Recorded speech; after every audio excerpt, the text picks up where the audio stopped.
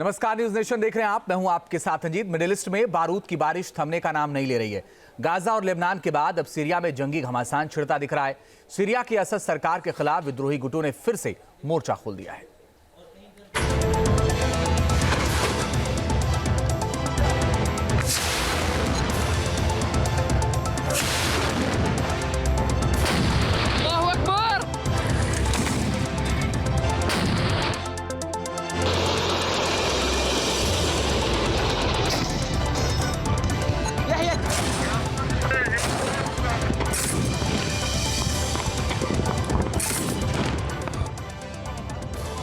Middle east के एक नए मोर्चे पर जंग करवट लेती दिख रही है।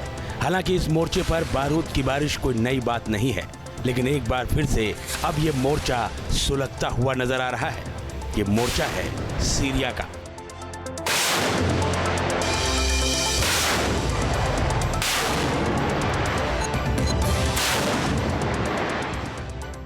मिडिल ईस्ट का नया जंगी मैदान।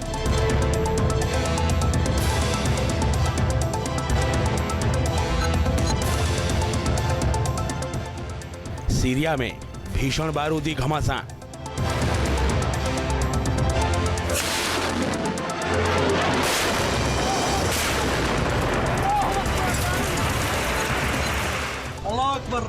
सीरिया में एक बार फिर विद्रोही गुटों ने सिर उठाया है। अल्लाह अकबर, अल्लाह अकबर। राष्ट्रपति बशर अल असद के खिलाफ हयात ताहिर अल शाम नाम के संगठन ने विद्रोह का झंडा बुलंद करते हुए सबसे भीषण लड़ाई छेड़ दी है।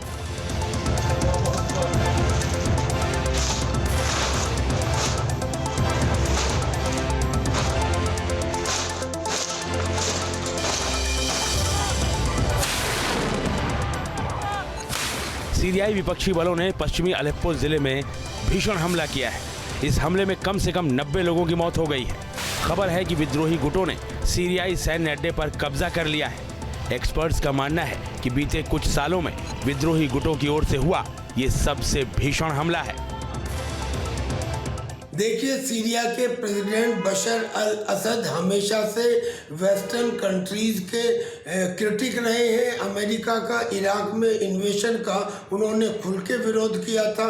लिहाजा जब उनके ऑथोरिटेरियन रूल के खिलाफ वहाँ के विद्रोही उठ खड़े हुए तो उस समय अमेरिका और इजराइल ने उनका साथ दिया, और यही कारण था कि सीरिया में एक लंबे समय से सिविल वार चलता रहा। सीरिया में यूं तो कई विद्रोही गुट एक्टिव हैं, लेकिन जो ताज़ा हमला हुआ है उसके पीछे अलकायदा से जुड़े हयात ताहिर अल शाम नामक समूह का नाम सामने आ रहा है। अलेप्पो में 6 मील अंदर घुसे विद्रोही लड़ाके।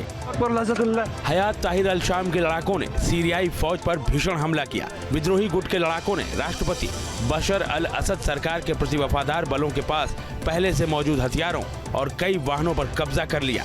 बताया जा रहा है कि हयात ताहिर अल शाम के लड़ाके अलेप्पो में लगभग 6 मील भीतर तक घुस चुके हैं। विद्रोहियों ने अलेप्पो जिले के पश्चिम में ग्रामीण इलाकों में 17 गांवों पर अपना कब्जा कर लिया है। अलेप्पो में सीरियाई सरकार के सबसे बड़े बेस 46 पर हयात ताहिर अल शाम का कब्जा हो चुका है।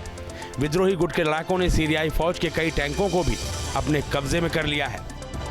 अलेप्पो में लगभग 15 घंटे तक सीरियाई फौज और विद्रोही गुट हयात ताहिर अल शाम के लड़ाकों के बीच भीषण जंग चली। 15 घंटे की इस जंग के दौरान विद्रोही लड़ाके अलेप्पो में कई किलोमीटर भीतर तक घुस गए। भीषण लड़ाई में सीरियाई सेना के 37 जवान मारे गए, जबकि 5 को बंधक बना लिया गया।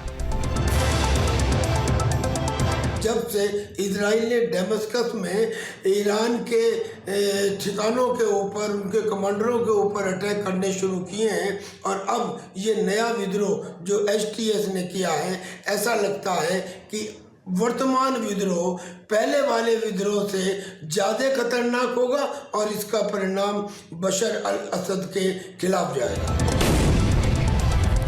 2020 के बाद से विद्रोही समूहों की ओर से असद सरकार के खिलाफ ये सबसे बड़ा हमला बताया जा रहा है। एक्सपर्ट्स के मुताबिक क्षेत्र में बढ़ती अस्थिरता इसकी सबसे बड़ी वजह है। दरअसल इजरायली हमलों के चलते हिजबुल्लाह और हूती जैसे ईरान के प्रॉक्सी संगठनों की ताकत सीरिया में कमजोर हुई है। ये संगठन सीरिया की असद सरकार के सहयोगी माने जाते हैं। इसी के चलते विद्रोही गुटों की ताकत में इजाफा हुआ और उन्होंने असद सरकार के खिलाफ जंगी मोर्चा खोल दिया।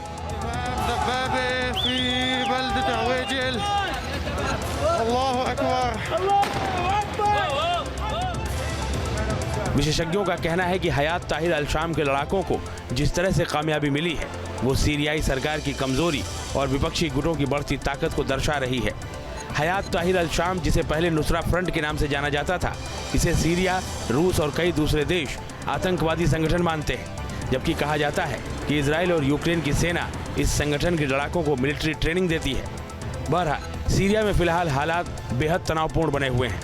हयात ताहिर अल शाम के लड़ाकों को रोकने के लिए असद की सेना ने मोर्चा संभाल लिया है और सीरिया में भीषण जंग चल रही है। Team news nation.